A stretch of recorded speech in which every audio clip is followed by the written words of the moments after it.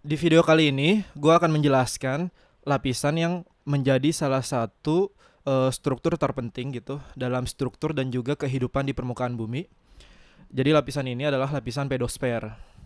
Nah, kalau kita ngomongin pedosfer, jadi pedosfer itu sendiri dia membahas tentang tanah, di mana lapisan ini itu sebenarnya masih merupakan bagian dari ruang lingkup ya litosfer atau kerak bumi yang merupakan lapisan teratas penyusun litosfer ini. Jadi eh, si lapisan tanah ini dia masih dalam ruang lingkup litosfer dan dia itu lapisan yang terletak paling atas gitu.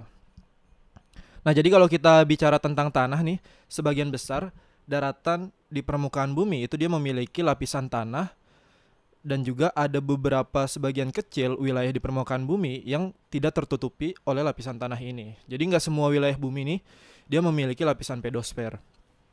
Nah, ada juga nih wilayah yang memiliki lapisan tanahnya yang sangat tebal yang disebut dengan solum nanti, dan juga ada wilayah yang eh, lapisan tanahnya atau solum tanahnya itu tidak tebal gitu atau tipis. Nah, perbedaan-perbedaan ini itu nantinya sangat dipengaruhi oleh aktivitas-aktivitas eksogen yang ada di permukaan bumi.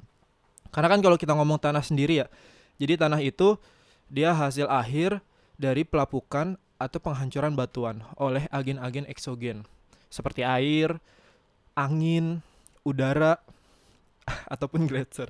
Ya emang mirip-mirip gitu sama elemennya Avatar.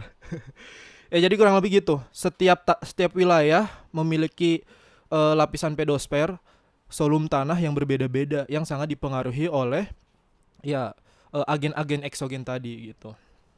Ya selanjutnya nih ya, setiap tanah itu pasti memiliki komposisi tiga struktur gitu dengan ukuran butir yang berbeda-beda. Mulai dari yang paling besar yaitu pasir, kemudian debu, dan yang paling terkecil itu disebut liat. Jadi ada tiga komponen tanah tuh. Ada pasir, debu, dan juga liat. Nah, ketiga komponen tanah ini itu nantinya akan mempengaruhi tekstur tanah, di mana tekstur tanah sendiri itu adalah tingkat kasar halusnya tanah. Itu nanti bakal gue jelasin lebih lanjut di bagian sifat fisik tanah, yaitu tekstur. Nah, selanjutnya nih kita akan bahas sifat fisik tanah. Jadi sifat fisik tanah itu sederhananya sifat pada tanah yang bisa dirasakan atau terlihat secara fisik gitu. Yang pertama yaitu adalah ya tekstur tanah yang tadi mau kita bahas. Nah, tadi kita udah singgung sedikit di mana tekstur tanah adalah tingkat kasar halusnya tanah. Di mana ini sangat dipengaruhi oleh komposisi dari ya fraksi tanah tadi gitu. Ada pasir, debu, dan juga liat. Misalnya tanah yang didominasi sama kandungan pasir, maka teksturnya akan semakin kasar gitu. Kayak misalkan tanah-tanah di gurun gitu. Dan juga ada tanah yang didominasi sama kandungan liat. Nah, kandungan liat ini nanti akan membuat tekstur tanah itu semakin halus karena ukuran butir yang kecil.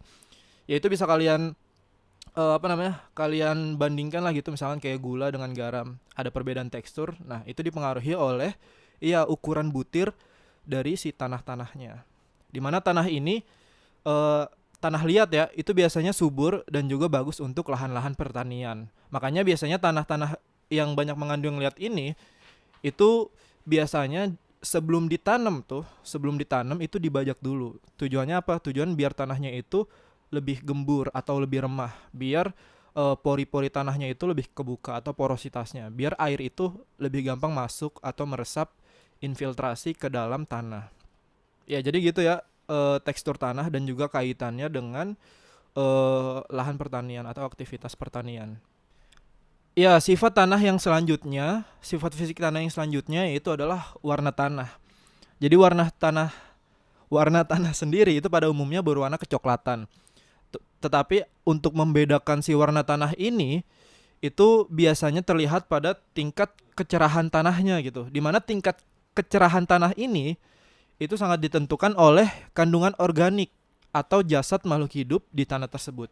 Jadi by the way, eh, kandungan organik atau jasad makhluk hidup di sini itu biasanya didominasi sama daun dan juga batang tumbuhan yang pastinya sudah mati atau membusuk gitu. Dimana kandungan organik ini jika semakin banyak kandungannya di tanah, maka akan semakin gelap pula warnanya. Dan tanah yang gelap ini bisa kita lihat misalkan pada tanah gambut. Itu tanah-tanah kayak di Kalimantan, Sumatera, dan juga di Papua. Agak gelap karena dia banyak mengandung bahan-bahan organik atau jasad makhluk hidup yang udah mati.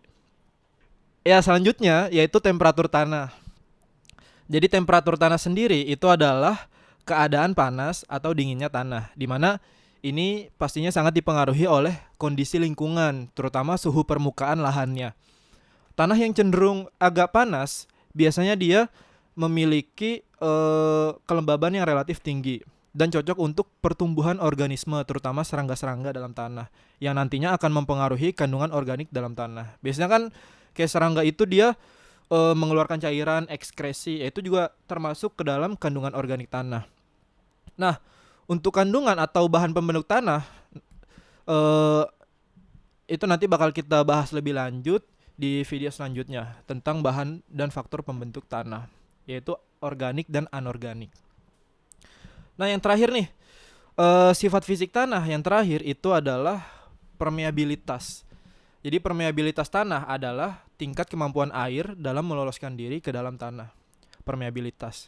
Mungkin kalian pernah dengar gitu di materi-materi kayak air tanah, ada permeable, ada impermeable. Nah, jadi itu maksud dari permeable.